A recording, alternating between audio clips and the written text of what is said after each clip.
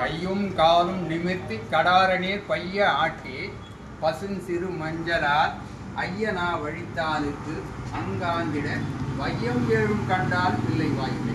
நம்ம சின்ன குழந்தைங்களுக்கும் குளிக்க வைக்கும்பொழுது கை கால் விட்டுட்டு அந்த காலத்தில் அந்த நாக்கு வழிக்கிறதா சொல்லுங்க, மஞ்சள் மெதுவாக பண்ணும்பொழுது அந்த நாக்கு வழிக்கும் பொழுது குழந்தைய வாய் அதை பார்க்கும்பொழுது வையம் ஏழும் கண்டால் பிள்ளை வாயுது.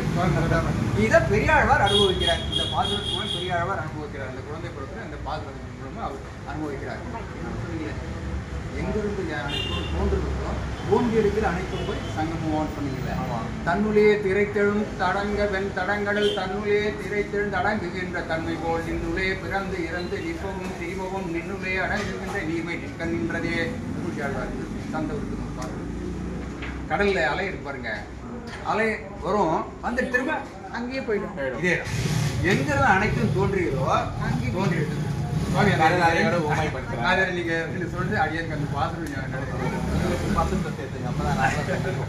என்ன நம்பர், என்ன ரெஃபரன்ஸ் இது? திருமணியாழ்வார் இரண்டாவது பாத்திரம், திருச்சந்தவர் முதல் அடியன் சேவித்த அந்த பாத்திரம் வந்து பெரியாழ்வார். ஹரே கிருஷ்ணா, ரொம்ப நன்றி.